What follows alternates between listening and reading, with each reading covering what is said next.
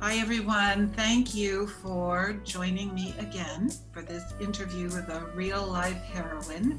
And today I have with me Anne Williams, who is going to be sharing her story. So welcome, Anne. Thank you. Thank you. Thank you for making the time to do this with me on Zoom. And I could tell you that Anne has had a career as a nurse. I will read it to get the right, an infant mental health clinical nurse specialist. And also you've been a teacher. You have worked at the toddler program as the head teacher and also been a public health nurse. 2 master's degrees, not one, but 2, one in education, specializing in infant development, and then the other in psychiatric nursing. So you have had a full career in important areas. And so I guess I should also mention that you love to sail. You and your husband have sailed around the world. True. Wow, that could be a whole nother interview. But we're not here to talk about your career or sailing around the world.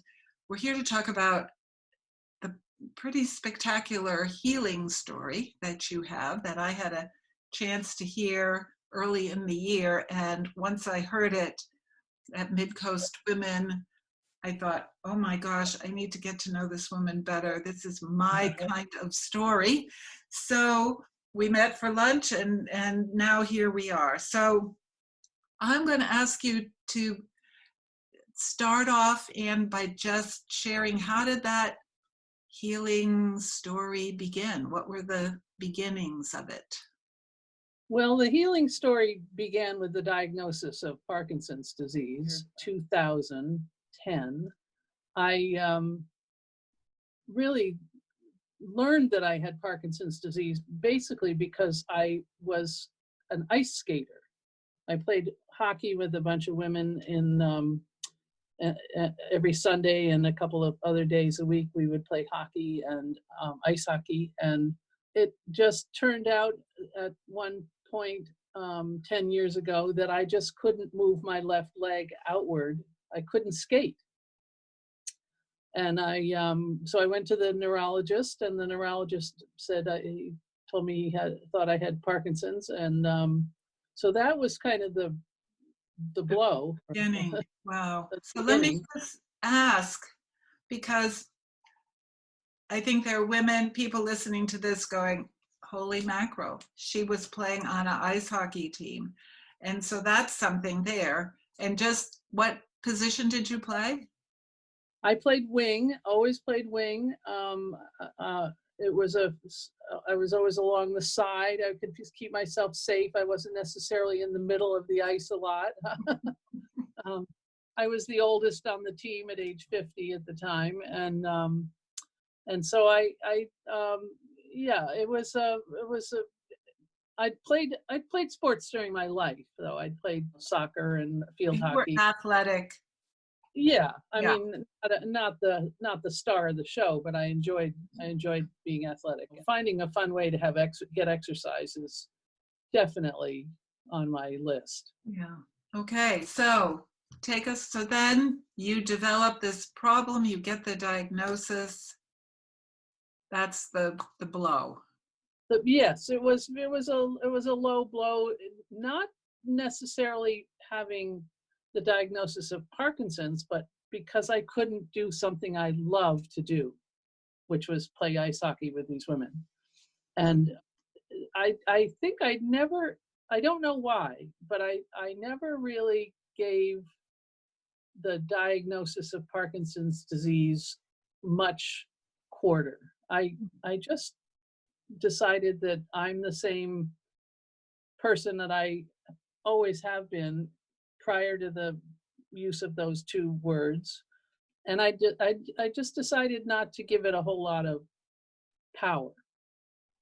So there's a decision right there that is an important one. Yeah. Yes, I think it was. And I can't really tell. I've always been very interested in alternative medicine and what the origins are of imbalances. And so I think I looked at it from that, through that lens, not just the medical model lens of, okay, you're not creating enough dopamine in your brain and you're going to fall apart drastically in the next 10 years and be in a wheelchair, or I don't know. I mean, it didn't go that way. I just didn't pay attention to it in that way. I made a choice. Yes, I made a choice, but it was an easy choice for me. I mean, it's kind of the way I think, as opposed to a brand new way of being.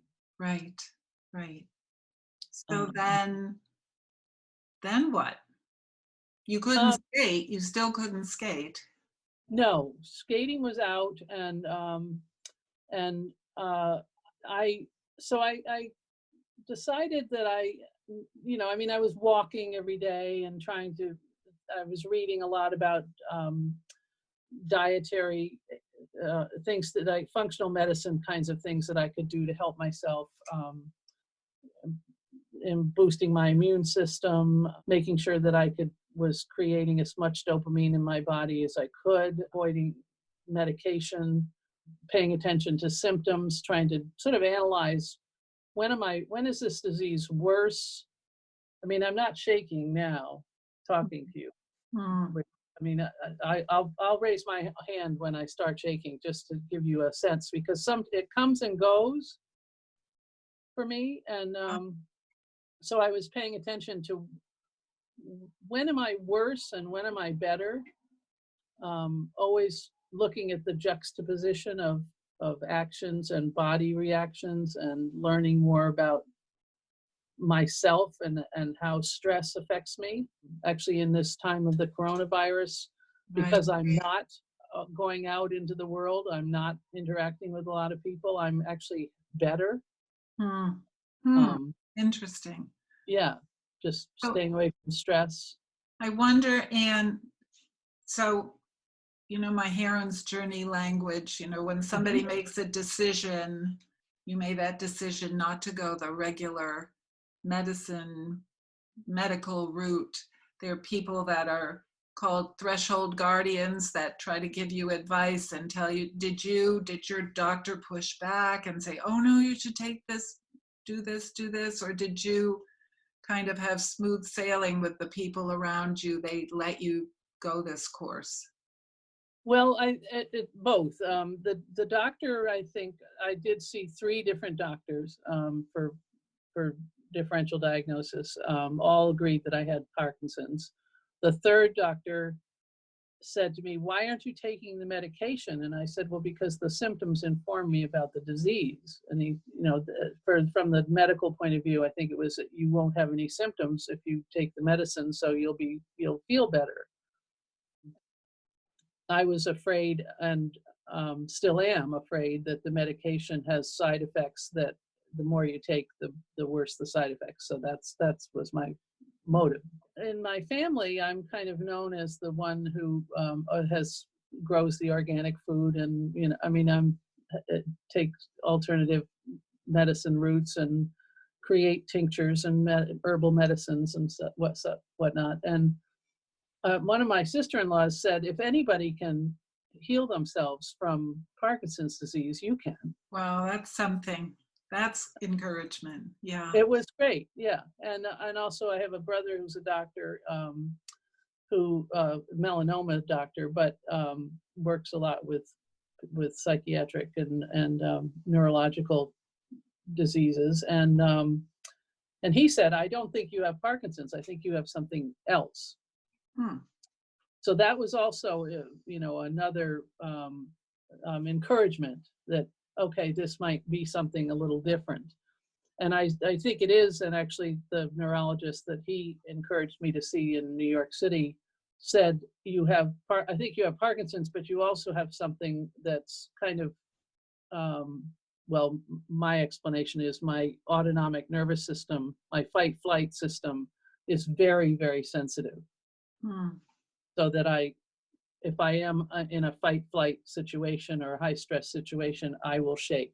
React, yeah. Yeah, my body will show it. Whereas someone without Parkinson's, their body will still have the same reaction, but it won't show it the same way I do. People were encouraging me to keep doing my work. And it wasn't until I figured it out that my work was actually working with babies who were in troubled relationships with their parents, which was the crux of my work. That was not healthy to my system. So I decided to retire from that stressful work, extremely stressful work. Definitely. So then what did you do? Well, retirement actually led, my husband and I actually donned backpacks and went to Europe for 7 months and were Medicare hippies hiking around Europe without an agenda and without any reason other than just to get exercise and see the world and speak different languages and have some fun and be together and do that transition from hard daily work life to retirement life. So we did that walking, and at that point I was not on any kind of medication, that was back in 2013. But you knew you had Parkinson's. Yes. Okay. Yes. All right. Yeah. I had been diagnosed and was not taking medication and felt, and then obviously doing that level of, walking up to 20 miles, not every day, but we walked long distances. And I hadn't at that point really gotten myself as deeply into the power of positive thinking, which I think is really the crux of much of my healing. But again, my kind of way of thinking is about positive. Right. I just didn't have the tools that I gained later on. So I think that's what we want to hear about next, is how did that happen then, that you really dove into that? Well, I dove into the power of positive thinking basically through the work of a guy named Joe Dispenza. I went to Kripalu with some friends. I didn't want to go. I was like digging my heels in and being resistant, spending the money and doing just the stupid excusey stuff. We should say so Kripalu is a, how would you describe it? A retreat? Retreat center. A retreat center in Massachusetts, Lenox, Massachusetts, in a beautiful spot. I've been there. Mm-hmm. And so they were trying to get you to go listen to this guy, and for some reason you were putting your heels. Yeah, a little resistant. And of course the universe, when things are what's supposed to happen, I can't not pay attention. So the universe gave me a free ride there, a roommate. It was okay, I'm going to go do this thing. And I wasn't much of a meditator at that point, but I did get inspired, and I did realize that this way of meditation, visualizing where I wanted to be in my life, which for me was on the ice, whooping it up, saying, yay, I'm skating. I was excited, and that was the visualization that for a couple of years, even, I think I might have, maybe it wasn't a couple of years, but it for quite a while, I would every single day for more than an hour at a time, a long meditation, I was visualizing myself on the ice skating and jubilant. I mean, just crying with tears of joy and happiness. And so this is and he's a doctor, right? Dr. Yes, actually, yes, he would. Yes, he was by training a chiropractor. And he was in, I think he was in that movie, What the Bleep Do We Know? Yes, he was. And he had apparently had a very, very, very serious back injury as a result of a bicycle accident. And going to have the surgery to have a Harrington rod down his spine. And he actually healed himself with his own meditation. And that was sort of the beginning of the inspiration for him. And he was a powerful speaker and a powerful guide for meditation. I bet. And it just and of course I had these women friends who I went to this with, so I sort of had a built-in support group for getting home and keeping it going. so the sort of the rest of the story is that in, I think it was 2018, we were here at our house in the winter, in the winter time, and my son was here and his friends, and they all wanted to go ice skating on a pond where around the corner where the ice was just beautiful, no snow, and it was just one of those sunny days in winter, and I just said, I'm going to go too, and I just don't want to leave myself out of the fun. I mean, I didn't attach. I remember specifically thinking, I'm not attaching any expectation to this. I'm just going to go and be part of the fun, and if it works, it works, and if it doesn't, it doesn't. And my husband got a helmet for me and fixed that up and got my ice skates sharpened. I had given away all my hockey gear, but not my skates. I'd kept my skates because they fit well. And anyway, so I went and I strapped on the skates and I got up on the skates and I was skating. And my left leg, which didn't do what it was supposed to do, was doing what it was supposed to do. And I was crying and I was laughing, and my family was crying and laughing, and somebody was videotaping, and it was just a remarkable moment. It's just like you had been visioning for the past 2 years.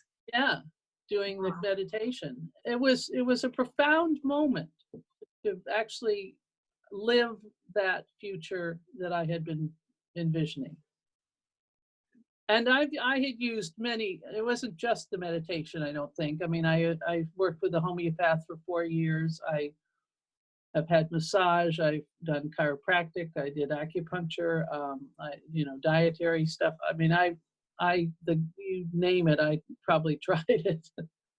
And Tai Chi, right? And the Tai Chi was hugely important. And actually, one of the things that my husband Jack has said, that the Tai Chi, he seemed to notice the most improvement in my tremor or my health after I started doing the Tai Chi. Yeah.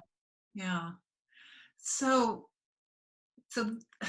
that was, you were diagnosed in 2000. So that was what? How many years later? Well, it was 8 years, at least 8 years. It was actually diagnosed, I think, in 2010. Oh, right.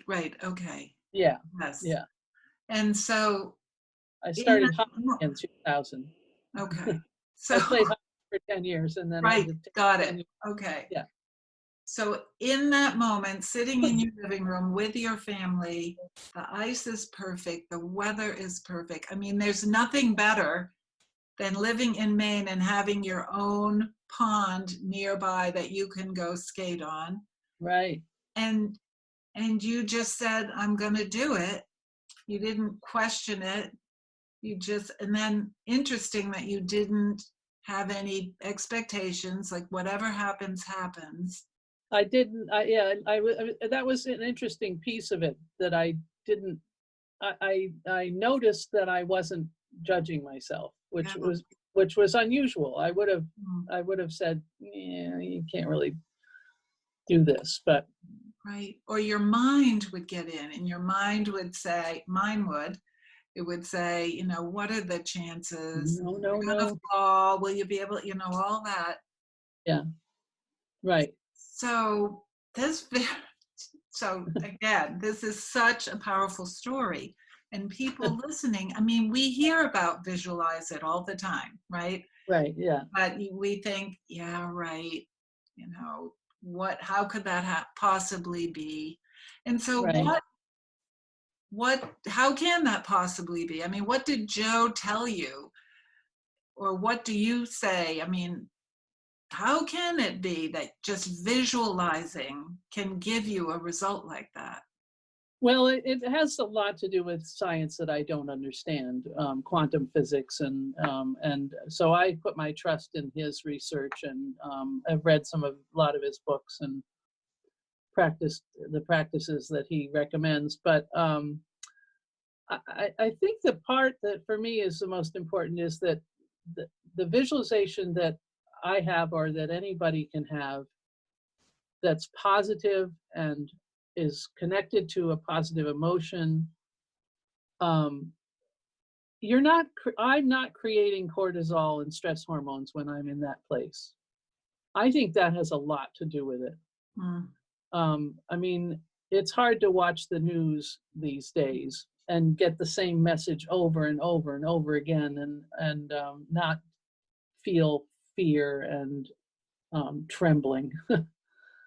And so I think that the kind of the basic physiology for me is the idea that if I can avoid stress, or if I can handle the stress, there's always going to be stress, but if I can handle the stress that's coming my way through deep breathing, or deflecting a negative thought and bringing in a positive thought, then I'm taking control of that very, very sensitive, or not control of, but I'm being mindful of my very, very sensitive autonomic nervous system that picks up on. I mean, it's why I was really good with babies, because I can pick up on the nonverbal and the Right. And parents, babies and parents, is that there's a lot of nuance and intuition and sensitivity, and that I have, that could be my downfall or could be my greatest success. Great help to people. Right. Right. So, yeah, go ahead. Yeah. So I think the idea of how does it work? I mean, yes, you have to have some faith. You have a little bit of discipline in terms of daily meditation practice. But, even during a yoga class or a Tai Chi class, just being in the moment of the exercise or the movement, or, the stretching or whatever, I think, or having a massage and just taking in all of the tactile stimulation that's moving lymph systems, and I think that that's really more important than anything for people to believe in, and to realize that my thoughts are going to move my physiology. Right. Right. And it's mind-blowing when you think about it. It is mind-boggling. It's so mind-boggling, especially because there's a whole system outside of your thoughts that's been set up, the whole medical community to do it a different way. So also, Anne, do you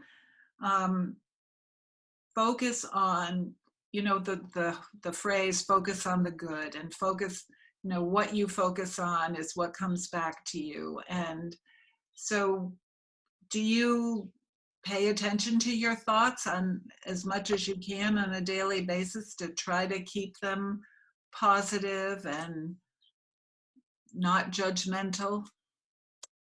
Well, yeah, absolutely. I pay attention to my thoughts all the time. And I have a few very simple mantras. I have a strong and healthy body is one of them, that when I'm at a loss for some kind of a mantra, when my thinking is going negative, that's where I go. I use these really simple little mantras. Here's a good one. I turned 70 in mid-May, and our son wanted to come home for my birthday.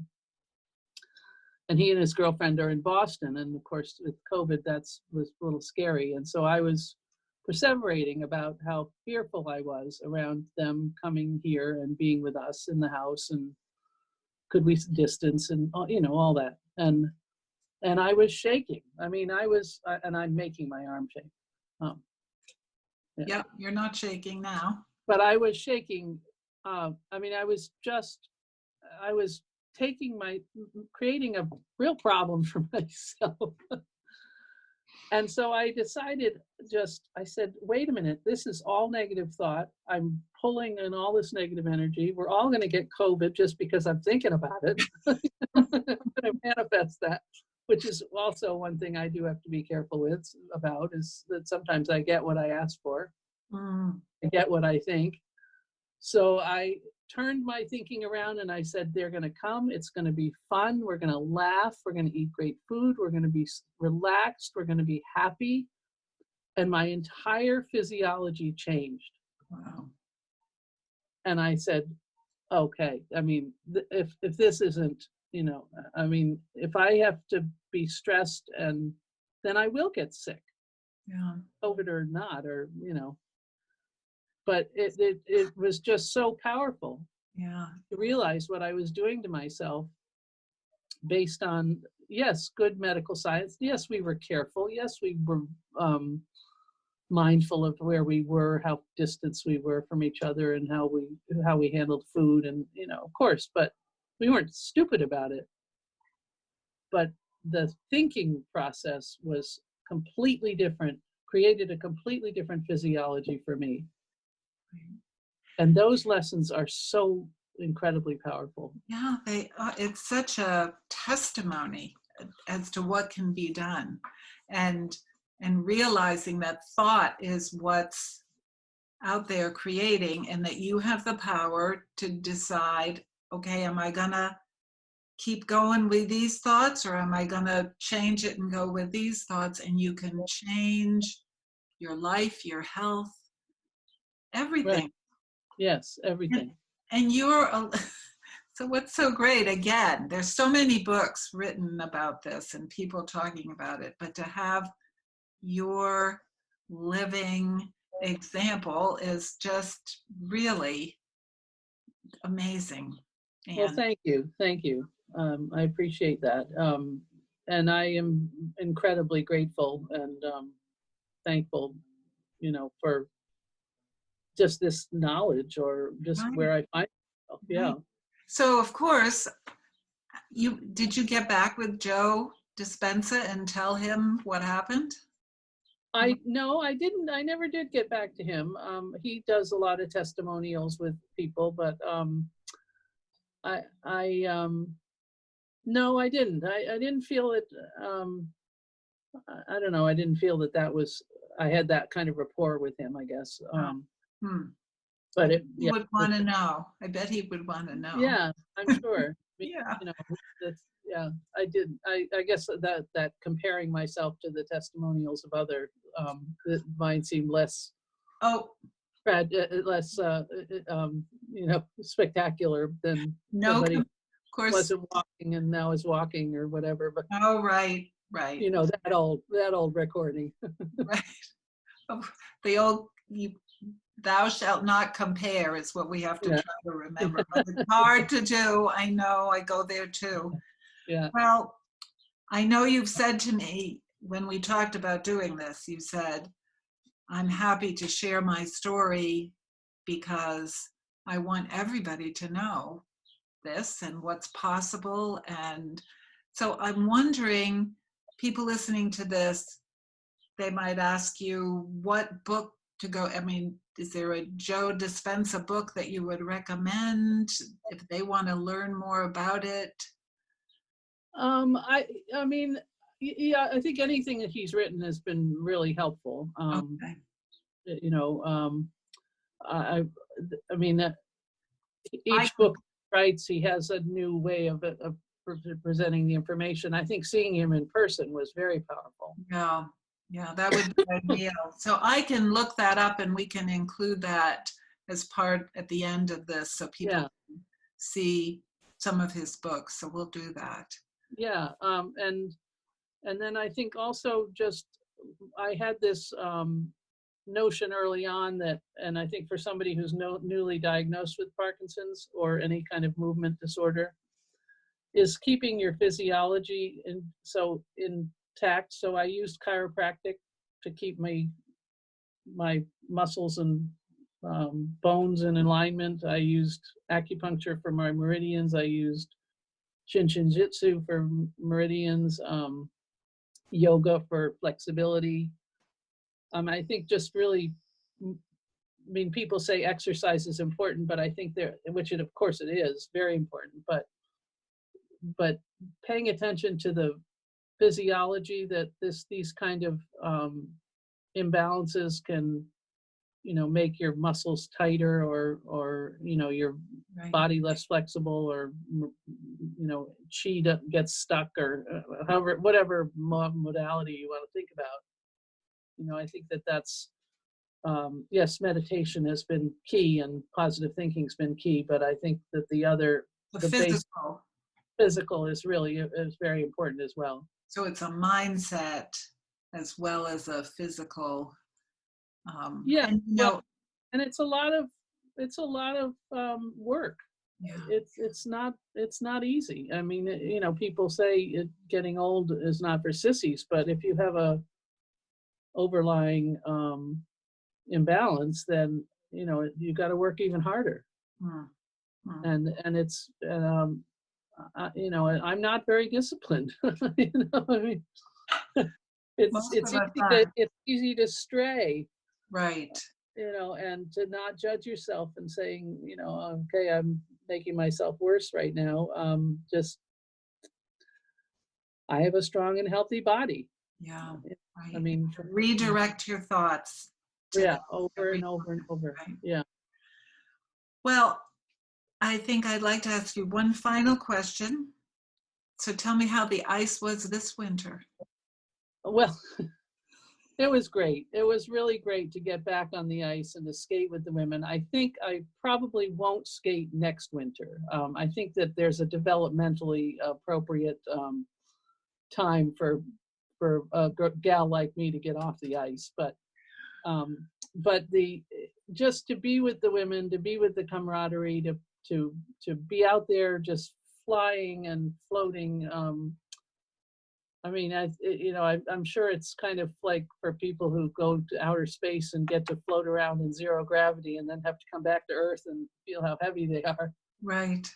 The idea of skating is just like flying. It's just so fun. It's just, it's such a great sport. And I'll keep my helmet and my skates and maybe go out on the ice a little bit during public skate when there's not a lot of people around. But the actual playing of hockey, I think I'm ready to give it up at this point. Yeah. I think that's appropriate. I mean, really, for me, with my skating capabilities, which are pretty much non-existent, for me, the heroine's journey story would be playing ice hockey with a group of women is huge. Yeah. Yeah, it was fun. It was so fun. Yeah. Well, Anne, I'm just so thankful that we met and that you agreed to talk with me and that we could record this interview for some women that will hopefully hear your story and understand what's possible and not to be limited in their thinking.